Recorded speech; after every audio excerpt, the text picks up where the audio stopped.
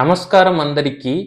US బి1 బి2 interview అనగానే చాలా మందికి టెన్షను, ఫియరు ఉంటుంది. ఏ క్వశ్చన్స్ అడుగుతారో, ఇంగ్లీష్ పర్ఫెక్ట్‌గా ఉండాలా, రిజెక్ట్ అయితే పరిస్థితి ఏమవుతుంది?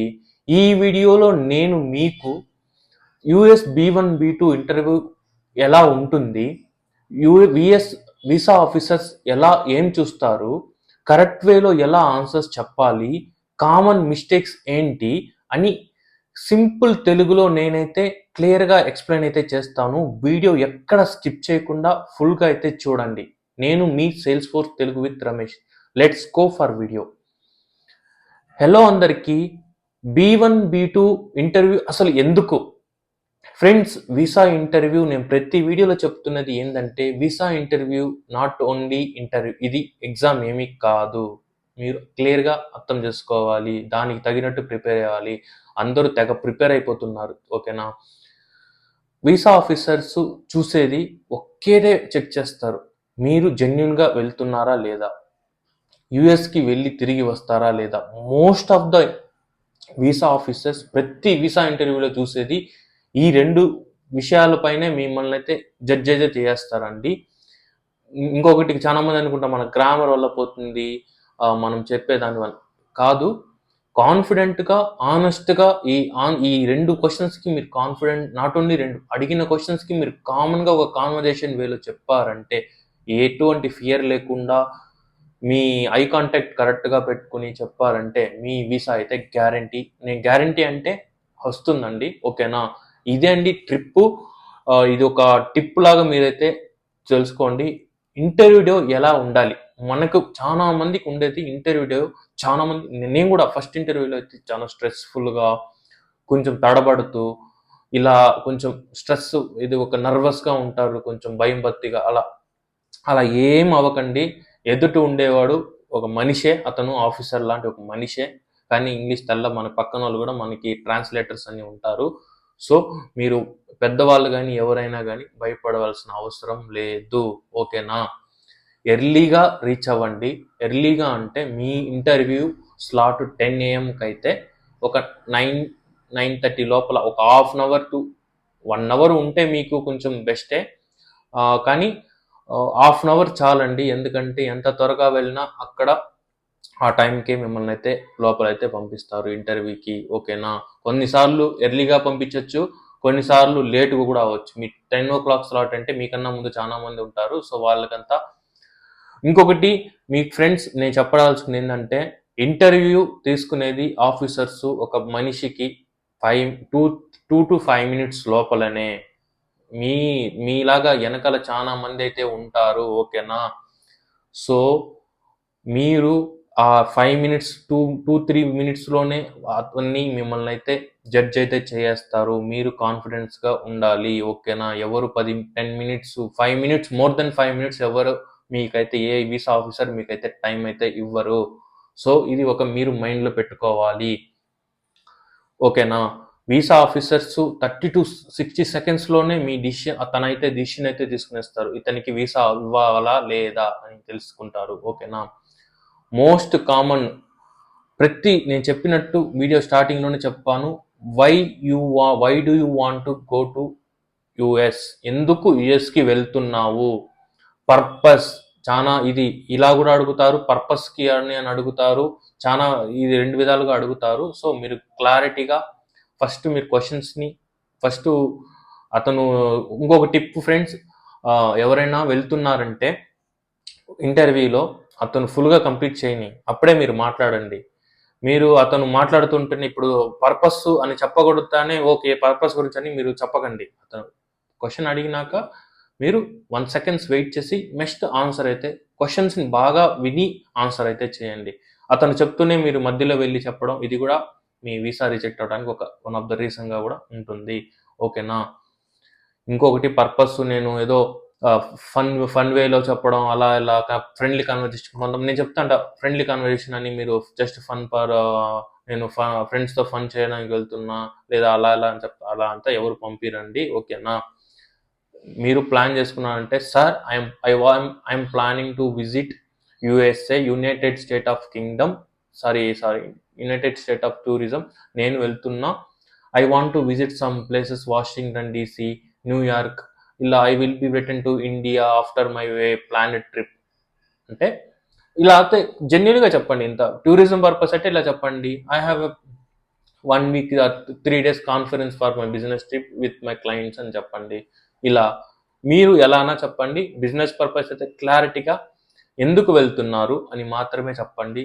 ఇంకా జెన్యున్గా అయితే ఉండేలాగా చూసుకోండి. పర్పస్ ప్రతి దాంట్లో నేను నా వీడియోస్ చూసినారంటే పర్పస్ క్లియర్గా అయితే చెప్పండి. ఎక్స్ట్రా స్టోరీ మీ స్టోరీలు యాడ్ చేయడం కానీ అవి ఇవి ఏమి చేయకండి, ఓకేనా? అవి ఇంకొకటి second most of the thing, how long you will you stay in US? ఇది most of the common question అండి.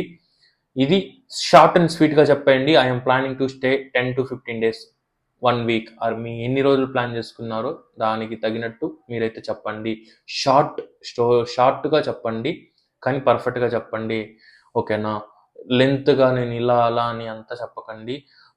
ఎన్ని రోజులు అంటే ఇలా చెప్పండి. దాంట్లోనే కొంతమంది ఏమని చేస్తారంటే, నేను చూసాను ఇంటర్వ్యూ పక్కనే, పర్పస్ గురించి ఎన్ని రోజులు అంటే ఇట్లా చెప్పేసి నేను ఇట్లా మరి ప్లాన్ ట్రిప్ అదంతా, అది నెక్స్ట్ వాళ్ళు క్వశ్చన్ అడుగుతారు. మీరు కొన్నిసార్లు మీరు ఓవర్గా చెప్పకండి, అదే నేను యాడ్ చేయకండి. అతను ఏం అడిగినాడో అది మాత్రమే చెప్పడానికి చెప్పండి, ఓకేనా? ఎక్స్ట్రాగా మీరు ఇది చెప్పడం అదంతా చేయకండి.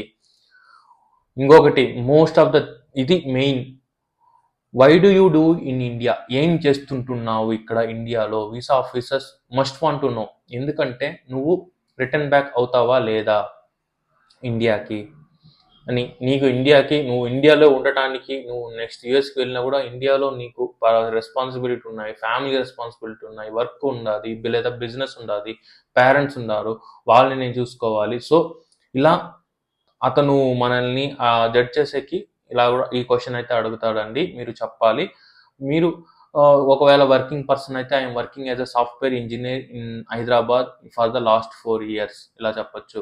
ఇంకా బిజినెస్ పర్పస్ అంటే I'm running my own business in India, ఇట్లా కూడా చెప్పొచ్చు. ఎందుకంటే వాళ్ళకి రిటర్న్ టైస్, ఇతను రిటర్న్ బ్యాక్ వస్తాడు, ఇతనికి ఇండియాలో ఉండటానికి చాలా రీజన్స్ ఉంది. జస్ట్ ఇతను చెప్పినట్టు విజిటింగ్ పర్పస్కే వెళ్తున్నాడు, లేదా బిజినెస్ కాన్ఫరెన్స్కే వెళ్తున్నాడు, సో అందుకే ఇతను వీసా కోసం వచ్చాడు అని వాళ్ళకి అర్థమవుతుంది, ఓకేనా?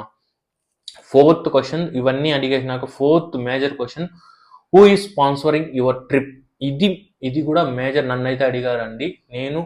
నేను చూపించింది నా ఆఫర్ లెటరు, నేను ప్రజెంట్ వర్క్ చేసిన ఆఫర్ లెటరు, మళ్ళీ ఇన్విటేషన్ లెటరు. అక్కడ వాళ్ళైతే మెన్షన్ అయితే చేస్తారు ఈ పర్సన్కి each and everything end to end, A to Z మేమైతే చూసుకుంటాము. Expenses, hotels, staying, accommodation, everything మేమైతే బిజినెస్ క్యారీ చేసుకుంటాం. మీరు కానీ ఓన్గా ఎవరైనా పర్సనల్ వెళ్తున్నారంటే పక్కాగా ఒక plan, hotel bookings plus return ticket అన్నీ మీరైతే రెడీగా అయితే పెట్టుకుని వెళ్ళండి, ఓకేనా? ఇంకో క్వశ్చన్, ఇది మోస్ట్ ఆఫ్ ద టైం పేరెంట్స్కి అయితే అడుగుతారేమో, ఎందుకంటే కొంచెం ఏజ్డ్ పర్సన్ అయితే వెళ్తారు. డూ యూ హ్యావ్ ఎనీ, కొంతమందిని నన్నైతే అడగలే question, do you have any relatives in the US అని అడుగుతారు. మీకు ఎవరైనా రిలేషన్ ఉండారా? ఉంటే ఉంది అని చెప్పేయండి, లేదంటే లేదు, అబద్ధం చెప్పి. ఒకవేళ కొంతమంది ఏం చేస్తారంటే DS-160 ఫామ్లో రిలేషన్స్ మెన్షన్ అయితే చేస్తారు.